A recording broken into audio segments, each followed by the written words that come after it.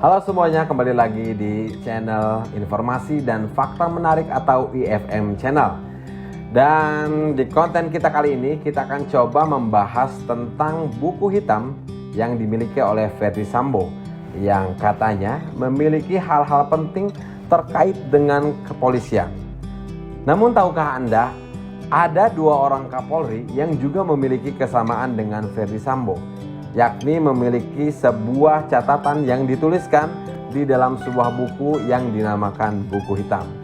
Untuk itu simak saja video ini, dan sebelumnya bagi Anda yang belum mensubscribe channel ini, di-subscribe dulu channelnya ya. Dan juga nyalakan loncengnya supaya Anda semua tahu dan tidak ketinggalan tentang konten dan video menarik dari IFM Channel. Selamat menonton.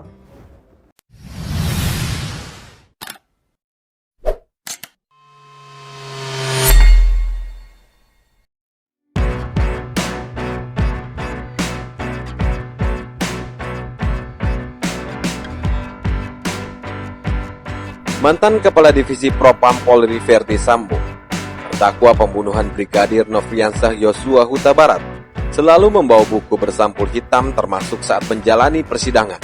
Buku hitam itu berisi catatan pribadi Sambo sejak Kombes sampai menjalani kasus hukum ini. Kuasa hukum Sambo, Rasmala Aritonang, mengaku tidak mengetahui secara spesifik isi buku hitam milik kliennya itu. Kan tetapi Rasmala menyatakan jika ada informasi penting dalam buku hitam itu dan berguna untuk memperbaiki situasi dan keadaan Polri, maka hal itu bisa saja disampaikan oleh Sambo. Namun tahukah Anda, dua Kapolri pernah menyebut buku hitam. Pertama yaitu Jenderal Polisi Awaludin Djamil, Kapolri ke-8 yang menjabat sebagai Kapolri pada tahun 1978 sampai tahun 1982. Selain itu juga ada Kapolri terbaik di Indonesia yaitu Jenderal Hugeng yang sama dengan Ferdy Sambo memiliki buku hitam.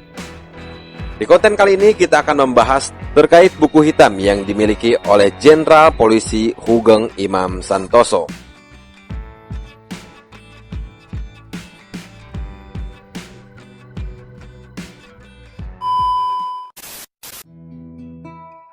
Dilansir dari buku Hugeng, Polisi dan Menteri Teladan karya Soehartono yang dirilis pada tahun 2013, Hugeng ternyata juga merupakan sosok yang rajin dan teliti menuliskan jurnal hariannya.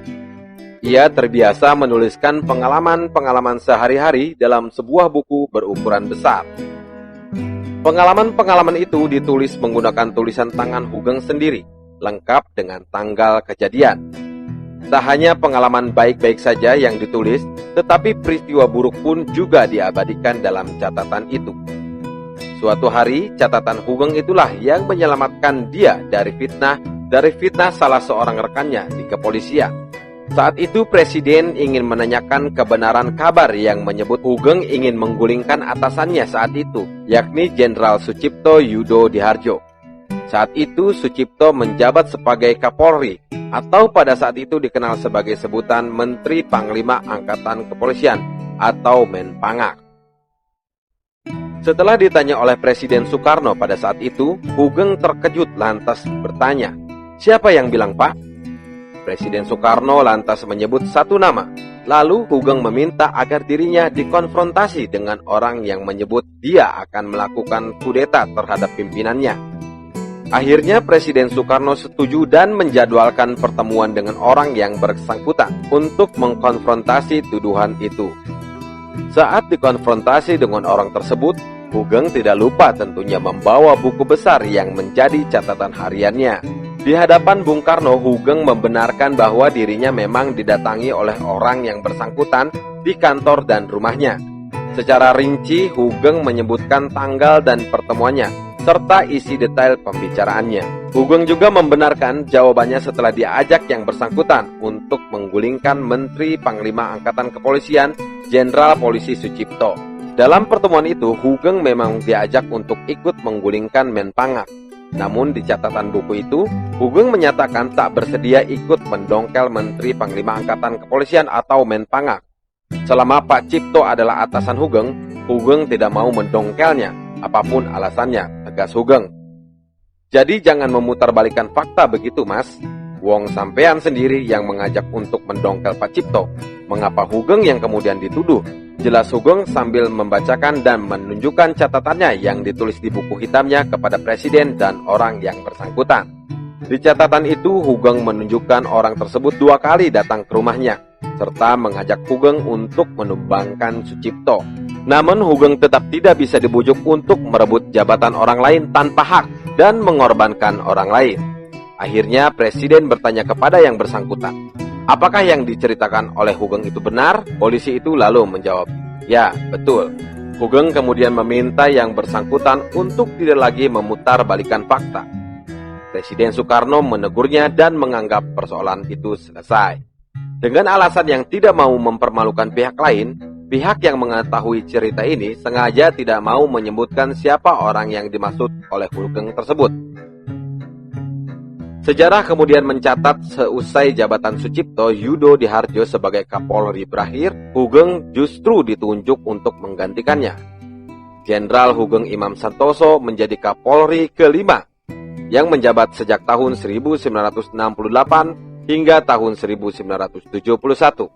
Masih dituturkan oleh Suhartono, salah seorang anak Hugeng yang bernama Didit mengatakan buku besar yang ditulis ayahnya sering dibacakan untuk anak-anaknya. Dengan demikian, kita bisa belajar dan memahami apa yang sudah kita lakukan dan dikerjakan setiap hari. Itu ajaran papi, kata Didit. Sayangnya buku besar itu tak bisa diselamatkan. Buku-buku tersebut kehujanan dan akhirnya rusak saat Hugeng pindah ke rumah dari Jalan Madura Menteng menuju rumahnya di Depok, Jawa Barat.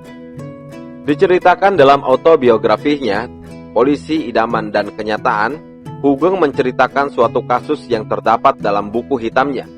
Pada suatu hari, seorang perempuan Tionghoa menelepon ke rumah Hugeng. Dia meminta waktu menghadap untuk melaporkan kasusnya.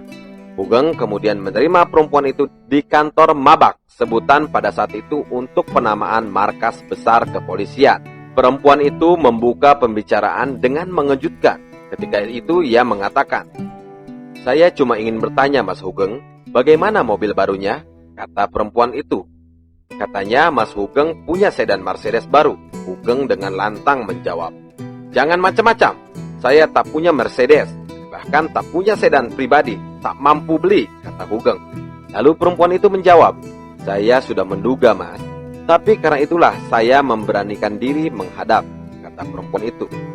Perempuan itu menceritakan perkara yang dihadapinya. Dia mempunyai piutang dari seorang lelaki Tionghoa. Berkali-kali ditagih tapi lelaki itu tidak mau membayar. Akhirnya perempuan itu mengancam akan melaporkannya ke polisi. Lelaki itu tidak takut, sehingga perempuan itu akan melaporkannya langsung kepada Jenderal Hugeng. Lelaki itu menggertak, "Mana bisa? Karena beberapa minggu yang lalu, dia baru saja saya belikan Mercedes," ungkap lelaki yang memiliki piutang kepada perempuan Tionghoa tersebut. Sungguh cerita yang tak enak buat Hugeng karena menyangkut nama baiknya. Hugeng lupa nama lelaki yang dilaporkan oleh perempuan itu. Namun Hugeng mengenalnya karena dia tersangkut beberapa perkara dan sedang diburu kepolisian. Hugeng mengungkapkan kepada perempuan itu bahwa kepolisian memiliki buku hitam, yaitu buku yang berisi daftar orang-orang yang harus ditangkap sebagai tersangka untuk diproses lalu diajukan ke pengadilan. Buku itu memuat data identitas pribadi dan kejahatannya termasuk foto yang bersangkutan. "Saya meminta Mas Katik Suroso datang sambil membawa buku," kata Hugeng. Katik Suroso adalah Deputi Kapolri urusan operasi. Hugeng meneliti daftar nama dan foto dalam buku hitam tersebut. Nama lelaki yang dilaporkan perempuan itu ada dalam buku hitam. "Kami sudah memerintahkan pihak kepolisian untuk melacak dan menangkapnya. Tersangka penipu kelas kakap. Banyak pengaduan tentangnya dari Padang, Medan, Kutaraja, dan Jakarta," kata Hugeng. Laporan perempuan itu menambah kasus baru pada data penipu itu.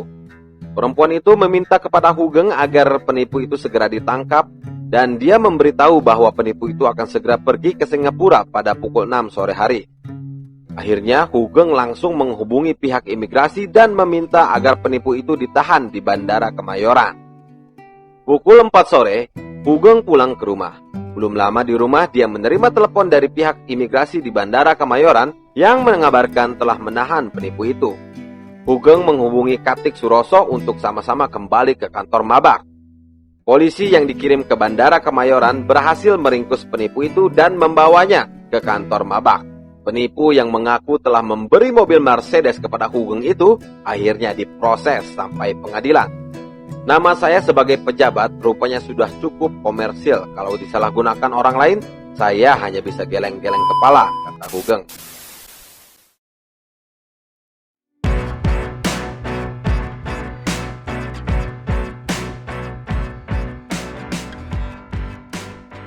Ya, itulah beberapa kisah tentang pentingnya catatan buku hitam yang dimiliki oleh Kapolri Jenderal Hugeng Imam Santoso. Tentunya kita juga pernah mendengar kelakar dari Gus Dur tentang di Indonesia hanya ada 3 polisi jujur. Yang pertama, patung polisi, kedua, polisi tidur, dan polisi jujur ketiga adalah Jenderal Hugeng Imam Santoso.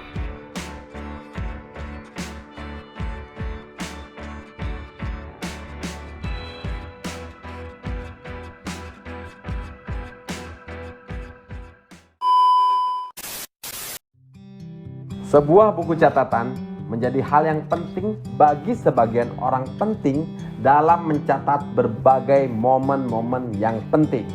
Misteri isi buku catatan berwarna hitam yang selalu dipegang Ferdy Sambo tentunya membuat penasaran publik yang ingin tahu apakah isi dari catatan yang tertulis dalam buku hitam milik Ferdy Sambo tersebut. Apakah nanti Ferdy Sambo akan bernyanyi tentang apa yang ia alami dalam perjalanan karirnya di kepolisian yang ia tulis di buku hitamnya tersebut?